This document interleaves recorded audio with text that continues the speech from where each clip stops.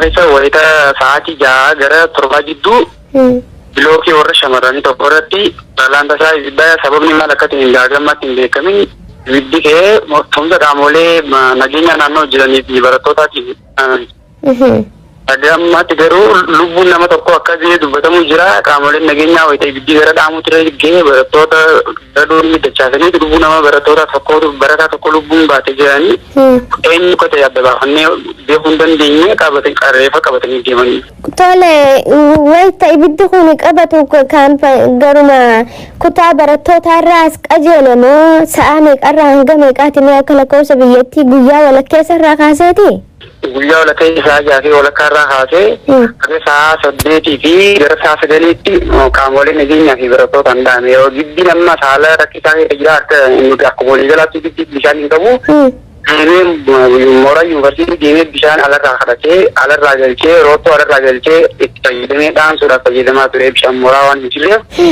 Haaluma yeroo dheeraa ture ibiddi kan eegalee zaajaa fi walakkaarraa eegalee ammoo gaafanii barataa fi qaamoleen nageenyaa dhufanii dhaamsuudhaaf mukkoo yaalu eegalan. Sa'a 7 walakkaa booda ergee sa'a tokko itti bilookiin gubate booda jechuudha.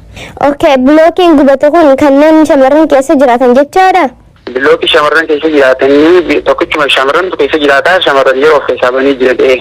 Tole balaa mudate kanaan lubbuun nama baate kun dubara moo dhiiradha? Eenyu meeqa baay'inni isaanii meeqani ta'u kan lubbuun isaanii baate?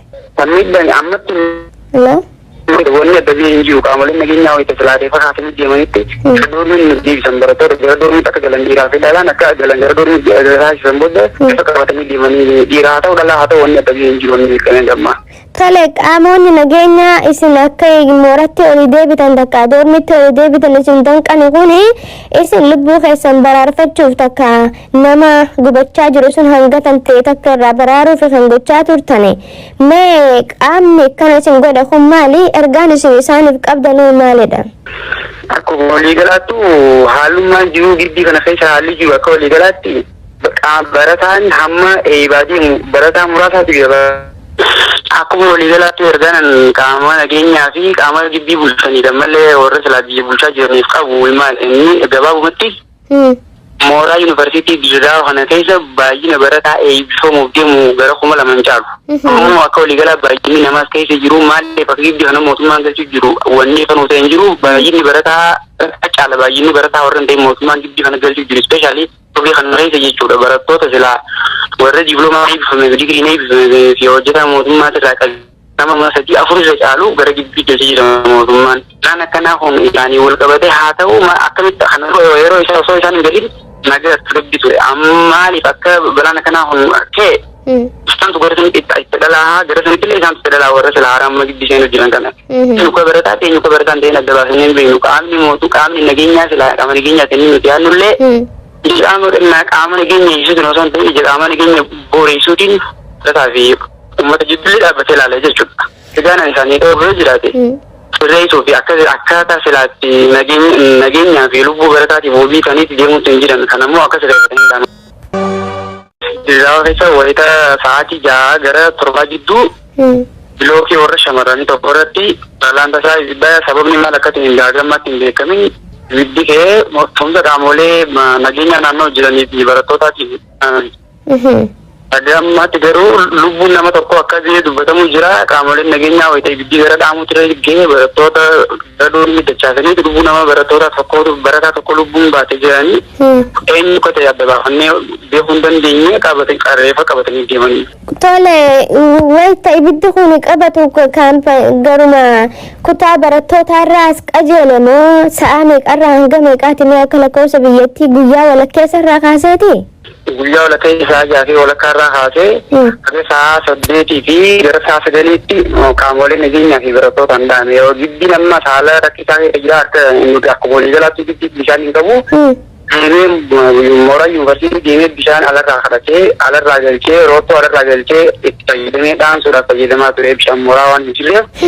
Haaluma yeroo dheeraa ture ibiddi kan eegalee zaajaa fi walakkaarraa eegalee ammoo gaafanii barataa fi qaamoleen nageenyaa dhufanii dhaamsuudhaaf mukkoo yaalu eegalan. Sa'a 7 walakkaa booda ergee sa'a tokko itti bilookiin gubate booda jechuudha.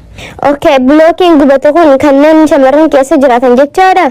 Bilooki shamarran keessa jiraatanii tokkichuma shamarran keessa jiraataa shamarran yeroo of keessaa banii jiran. Tole balaa mudate kanaan lubbuun nama baate kun dubara moo dhiiradha? Eenyu meeqa baay'inni isaanii meeqani ta'u kan lubbuun isaanii baate? Kan miidhaan ammatti wanni adda biyya hin jiru qaamoleen nageenyaa wayita filaatee fakkaatanii deemanitti gara doormiin deebisan barattoota gara doormiitti akka galan dhiiraa fi dhalaan akka galan gara doormiitti taasisan booda akka qabatanii deemanii dhiiraa haa ta'u dhalaa haa ta'u wanni adda biyya hin jiru wanni beekamee gammaa. Tole qaamonni nageenyaa isin akka mooratti olii deebitan takka doormitti olii deebitan isin danqani kun isin lubbuu keessan baraarfachuuf takka nama gubachaa jiru sun hangatan ta'e takka irraa baraaruuf kan gochaa turtani.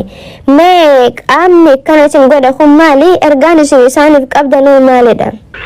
Akkuma waliigalaattu haalummaan jiruu gidbii kana keessa haalli jiru akka waliigalaatti barataan hamma eeybaatiin barataa muraasaatiif akkuma waliigalaatti ergaan qaama nageenyaa fi qaama gidbii bulchanidha malee warra silaa bulchaa jiraniif qabu inni gabaabumatti mooraa yuunivarsiitii Dirraa kana keessa baay'ina barataa eebbifamuuf deemu gara 2,000 caalu. Ammoo akka waliigalaa baay'inni namaas keessa jiru maaliif akka gidbii kana mootummaan galchuu jiru wanni kan ta'e hin jiru baay'inni barataa caala baay'inni barataa warra hin ta'in mootummaan gidbii kana galchuu jiru ispeeshaalii Oke kan keessa jechuudha barattoota silaa warra diploomaa eebbifame digriin eebbifame fi hojjetaa mootummaa irraa qabu nama sadii afur irra caalu gara gidbii keessa jedhama mootummaan. Isaan akkanaa kun isaanii wal qabatee haa ta'u akkamitti kana yeroo isaa osoo isaan hin galin nagaa turabbi ture maaliif akka balaan akkanaa kun ka'e istaantu gara sanitti itti dhalaa gara sanitti illee isaantu itti dhalaa warra silaa haaraamma gidbii seenuu jiran kana. Nyuka barataa ta'e nyuka barataan ta'e adda baasanii hin beeknu qaamni nageenyaa silaa qaama nageenyaa ta'e nuti yaadnullee qaama nageenya ibsuutiin osoo hin ta'in qaama nageenya booreessuutiin barataa fi uummata jibbillee dhaabbatee ilaala jechuudha. Egaan isaanii ta'uu jiraate sirreessuu fi akkaataa silaatti nageenyaa fi lubbuu barataatiif wabii kaniitti deemuutti hin jiran kanammoo akka sirreeffatanii ilaalu. Dirraa keessa wayita sa'aatii 6 gara 7 gidduu bilookii warra shamarranii tokko irratti balaan tasaa sababni maal akka ta'e hin gaagamaatti hin beekamin Widdi kee tumsa qaamolee nageenya naannoo jiranii fi barattootaatiif. Agammaatti garuu lubbuun nama tokko akka dubbatamu jira qaamoleen nageenyaa wayita ibiddi gara dhaamu ture gahee barattoota gara doonii dachaasanii lubbuu nama barattoota tokko barataa tokko lubbuun baate jiranii eenyu akka ta'e adda baafannee beekuu hin dandeenye reefa qabatanii deemanii. Tole wayita ibiddi kun qabatu garuma kutaa barattootaa irraa as qajeele moo sa'a meeqarraa hanga meeqaati mee akka lakkoofsa biyyattii guyyaa walakkeessa irraa kaaseeti?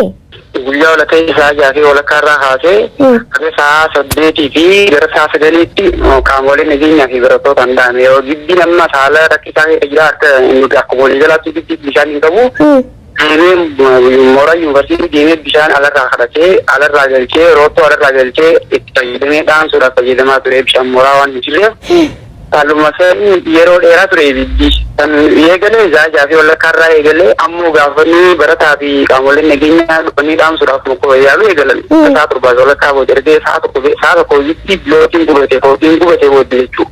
Okay, bilookiin gubate kun kanneen shamarran keessa jiraatan jechaadha? Bilookii shamarran keessa jiraatanii tokkichuma shamarran keessa jiraataa shamarran yeroo of keessaa banii jiran. Tole balaa mudate kanaan lubbuun nama baate kun dubara moo dhiiradha? Eenyu meeqa baay'inni isaanii meeqani ta'u kan lubbuun isaanii baate?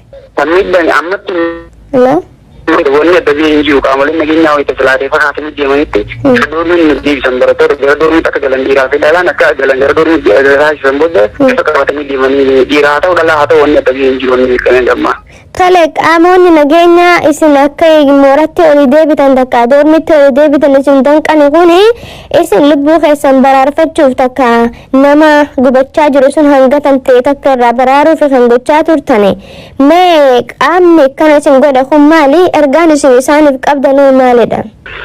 Akkuma waliigalaattu haalummaan jiruu gidbii kana keessa haalli jiru akka waliigalaatti barataan hamma eeybaatiin barataa muraasaatiif akkuma waliigalaatti ergaan qaama nageenyaa fi qaama gidbii bulchanidha malee warra silaa bulchaa jiraniif qabu inni gabaabumatti mooraa yuunivarsiitii Dirraa kana keessa baay'ina barataa eebbifamuuf deemu gara 2,000 caalu.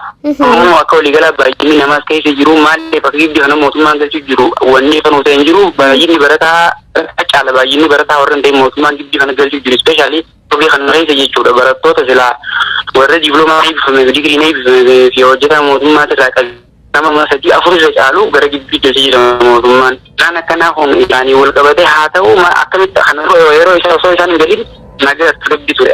Maaliif akka balaan akkanaa kun ka'e isantu gara sanitti itti dhalaa gara sanitti illee isaantu itti dhalaa warra sila haaraan gibbii seenuu jiran kana. Eenyuka barataa eenyuka barataan ta'een adda baasanii hin beeknu qaamni nageenyaa sila qaama nageenyaa ta'anii nuti yaannullee qaama nageenya ibsuutiin osoo hin ta'in qaama nageenya booreessuutiin barataa fi ummata jibbillee dhaabbatee ilaala jechuudha. Egaan isaanii qabu jiraate.